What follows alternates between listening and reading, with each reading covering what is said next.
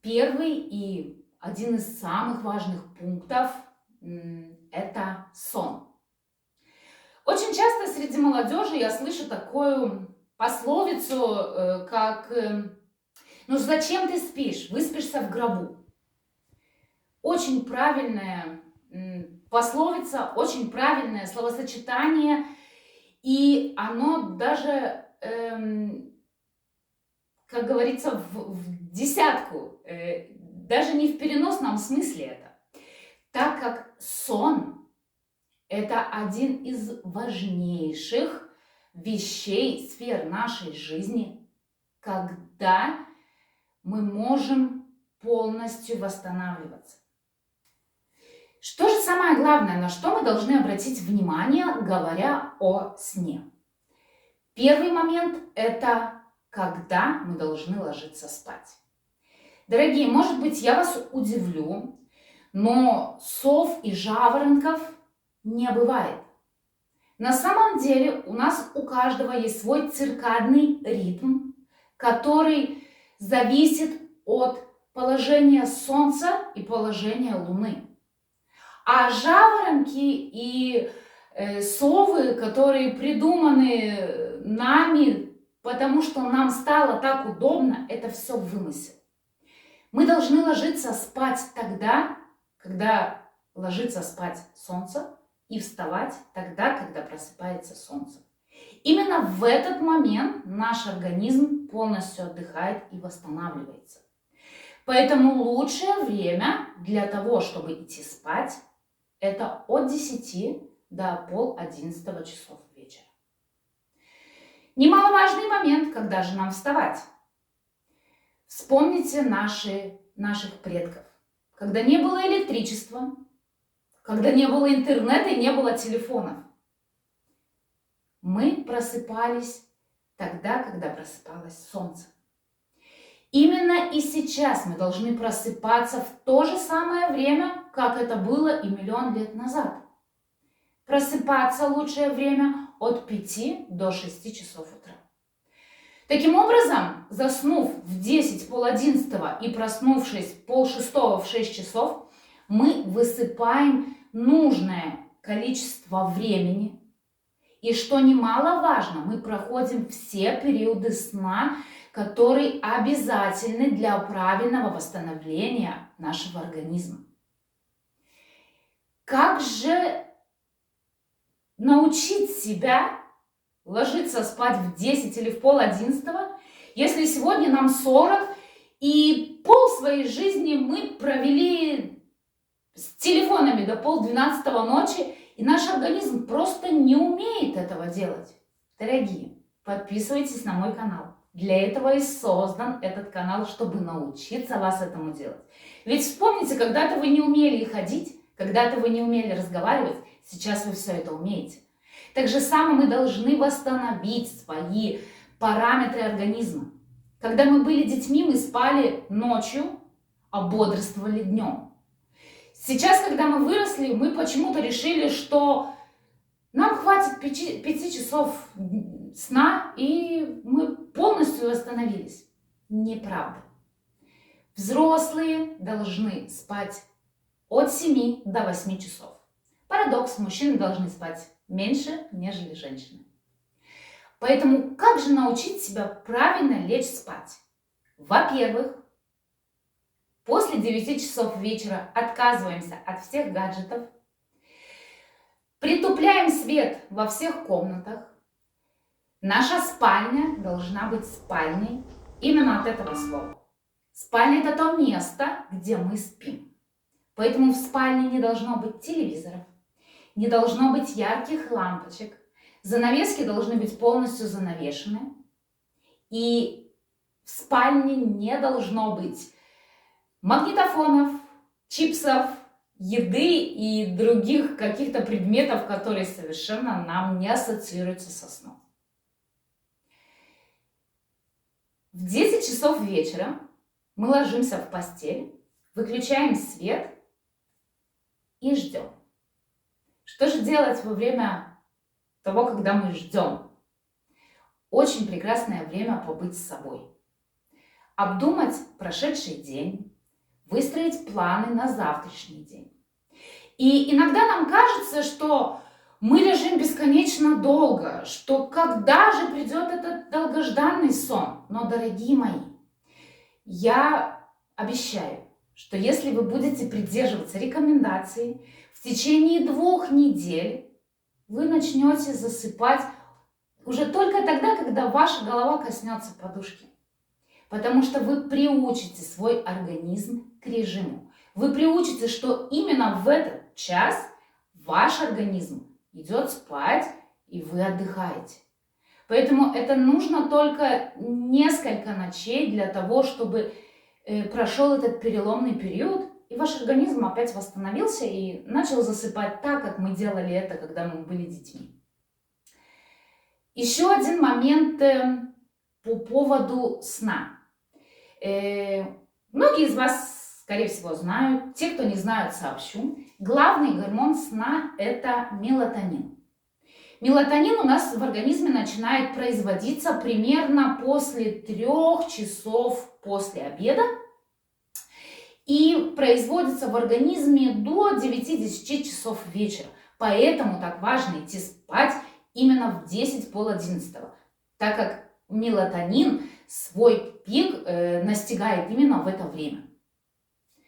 Для того, чтобы ускорить производство мелатонина в нашем организме, а у многих из нас мелатонина в организме остается все меньше и меньше из-за неправильного питания, неправильного режима дня.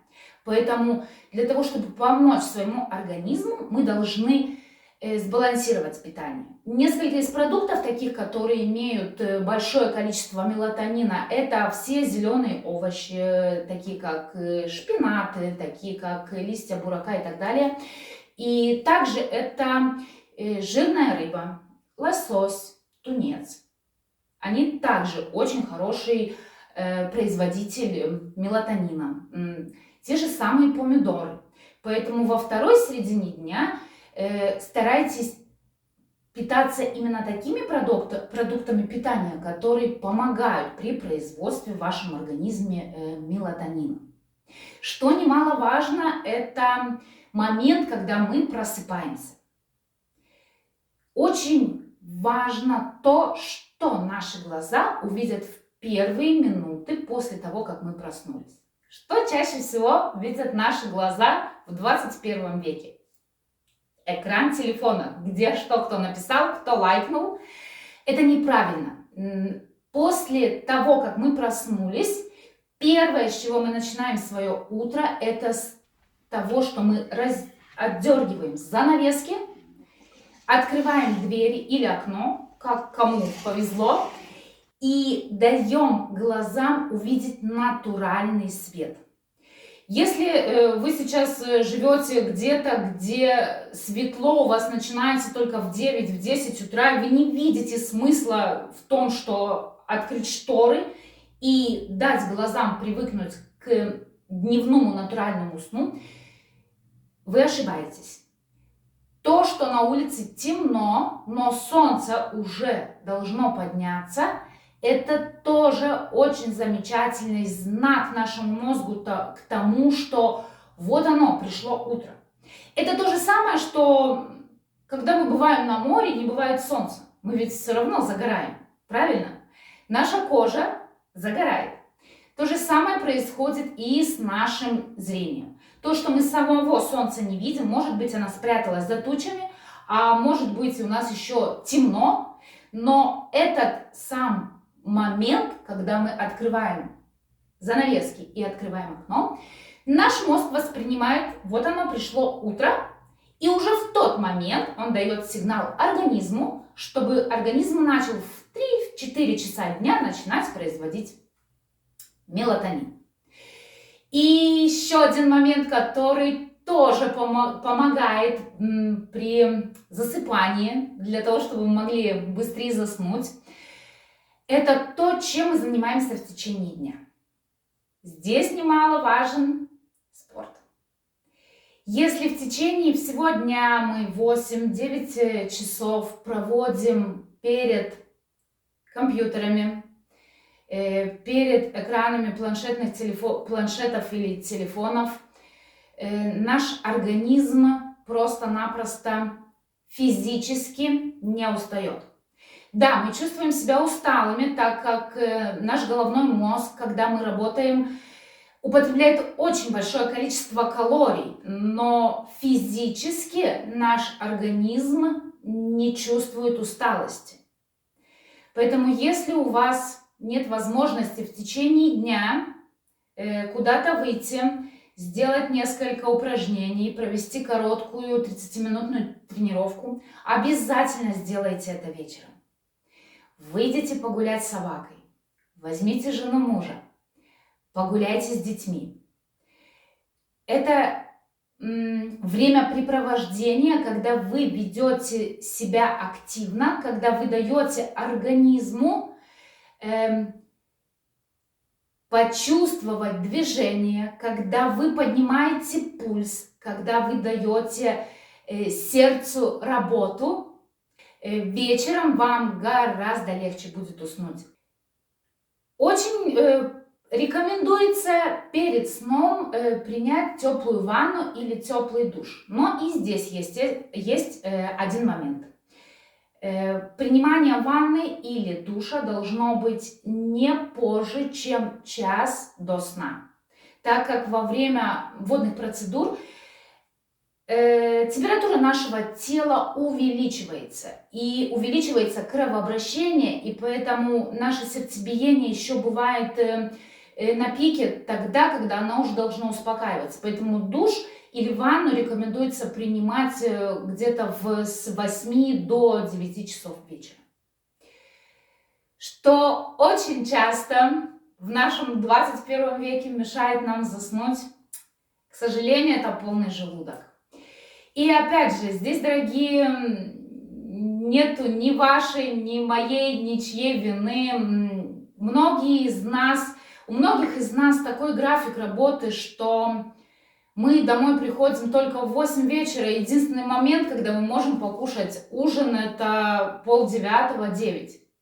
И тогда, когда я вам говорю, что в 10 часов мы уже должны спать, мы заснуть просто не можем. Потому что вместо того, чтобы наш организм отдыхал, наш организм переваривает то, что мы съели вечером.